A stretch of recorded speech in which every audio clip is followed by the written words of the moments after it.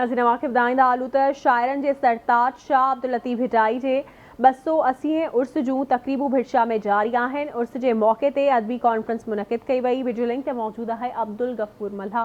जी अब्दुल गफ़ूर।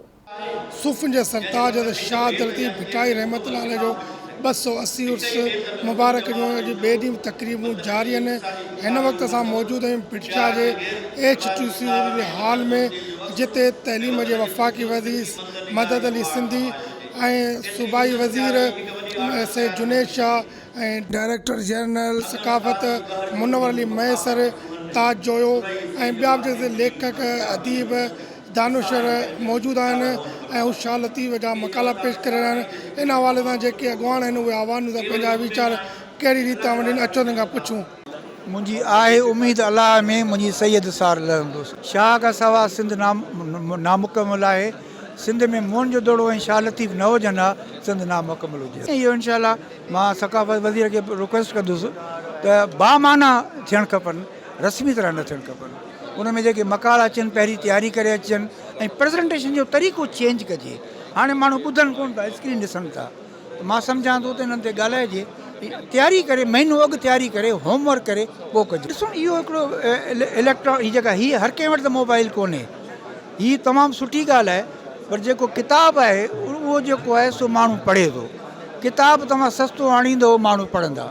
हर को मोबाइल ते कोन थो पुॼी सघे, पर सुठी ॻाल्हि आहे। लतीफ़े जी 280 वर्सी जेका कल्चर डिपार्टमेंट मल्हाई आहे ऐं उन सिलसिले में जेका अदबी कॉन्फ्रेंस कई वई आहे उनजी वॾी अहमियत आहे। शाह लतीफ़ सिंध जे माण्हुनि खे सुञाणप जो पैगाम ॾिनो आहे। शाह लतीफ़ हिकिड़े अहिड़े नए इंसान जी तश्कील ऐं हिकु अहिड़ी नई क़ौम जी तश्कील जो सबक़ु ॾिनो आहे जेका ज़िंदगीअ सां मुक़ाबिलो करे, ज़िंदगीअ जे ॾुखियाईनि सां मुक़ाबिलो करे, पंहिंजे वतन सां मुहबत प्यार ऐं उनजे सलामती ऐं आज़ादीअ खे बरक़रार रखे।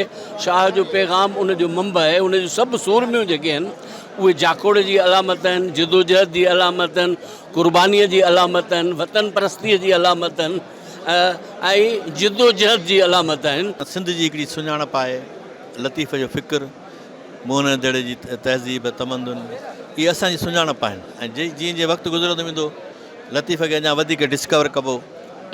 स्कॉलर जेके पंहिंजे हिसाब सां हुनजे फ़िक्र जूं नयूं नयूं मानाऊं खणी था अचनि पिया।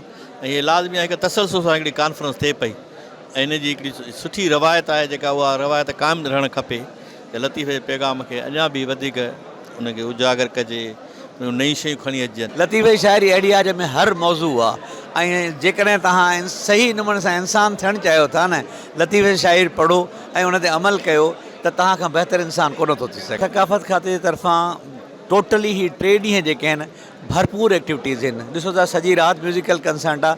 170 फ़नकार आहिनि जेके 3 रातिनि में पंहिंजो मुज़ाहिरो कंदा। सॼो ॾींहुं शाह जे बाग़ में मौसीक़ी हले पई। हेॾी वॾी अदबी कॉन्फ्रेंस तव्हांखे अरसे खां पोइ ॾिठी हूंदी, जंहिंमें मर्द ऐं ख़वातीन जो हिकु ॾेतिरो तइदादु आहे जेका आहे सो। इन में असांजी पूरी सकाफ़त टीम जूं महिनतूं आहिनि। जी नाज़रीन, तव्हां अॻवाननि जा वीचार ॿुधा। हुननि जो इहो चवणो त लतीफ़ सरकार जेको पंहिंजी शाइरीअ में अमन भाईचारे ऐं मुहबत जो पैगाम ॾिनो आहे, उहा आहे मुहबत जे पैगाम लाइ असां हुन इश्क लाइ हिते अचूं था। ऐं हिन अदबी कॉन्फ्रेंस में 2 निशस्तूं रखी वियूं। हिकु निशस्त जेका असां मकाला जी हुई, ॿी निश्त जेका भिटाई पीजा जी मोहरत हुई, उनजी 3 निश्त जेका शाह अब्दुल लतीफ़ भिटाई रहमतुल्लाह जी शाइरी जो मुज़ाकिरो पेश कयो। कैमरामैन रजब मल्ला सां गॾु अब्दुल गफ़ूर मल्ला, आवाज़ न्यूज़ मटियारी।